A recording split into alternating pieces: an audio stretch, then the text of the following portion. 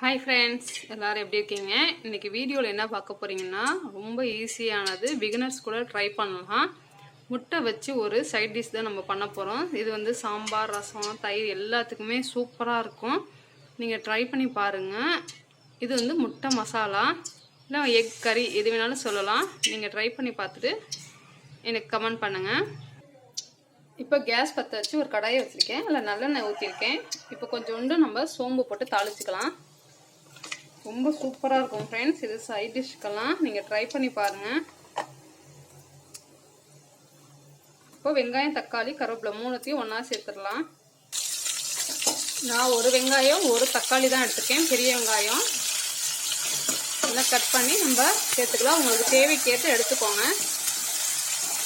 கொஞ்சம் நிறைய வேணும்னா நம்ம வெங்காயம் ஜாஸ்தி சேர்த்துக்கலாம். தக்காளி ஒன்று போட்டால் போதும்.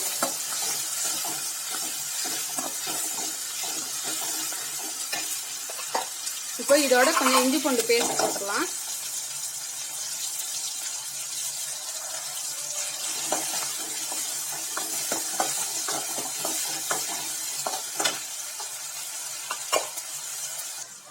இப்போ 3 முட்டை நான் வேக வச்சு எடுத்து வச்சுருக்கேன். இதை வந்து குட்டி குட்டியாக நம்ம கட் பண்ணி எடுத்துக்கலாம்.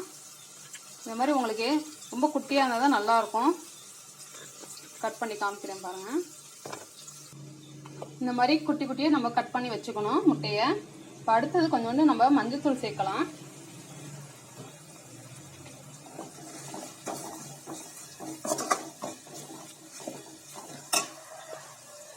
இப்போ எல்லா மசாலா ஐட்டம் பொருளையும் நம்ம சேர்த்துடலாம்.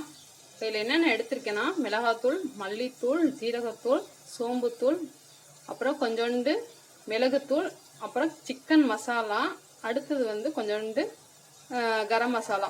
இது எல்லாமே நம்ம சேர்த்துடலாம். உங்கள் எல்லாம் இதெல்லாம் காரத்துக்கு தகுந்தாப்புல நீங்கள் எடுத்துக்கோங்க. நான் இன்னும் உப்பு சேர்க்கலை.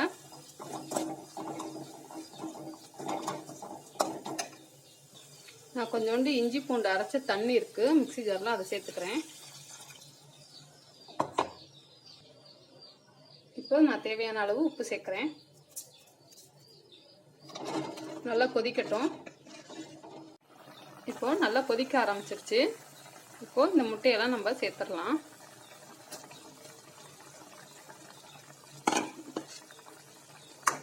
இது நல்லா கலந்து விட்டுக்கலாம். அப்படி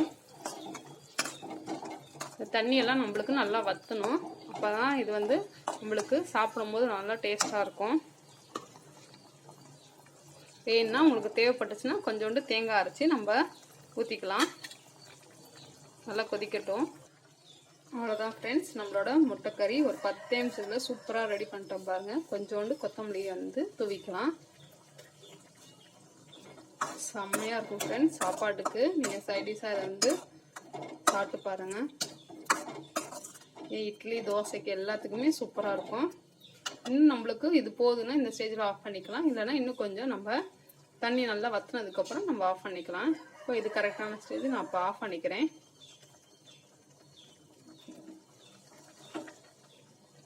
இப்போ நம்ம ஒரு பவுலுக்கு மாற்றிக்கலாம்.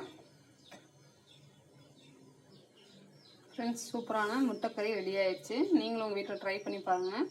பிடிச்சிருந்துச்சுன்னா லைக் பண்ணுங்கள், ஷேர் பண்ணுங்கள், கமெண்ட் பண்ணுங்கள். மறக்காமல் என் சேனலுக்கு சப்ஸ்கிரைப் பண்ணுங்கள். நம்ம நெக்ஸ்ட் வீடியோவில் பார்க்கலாம். பாய்.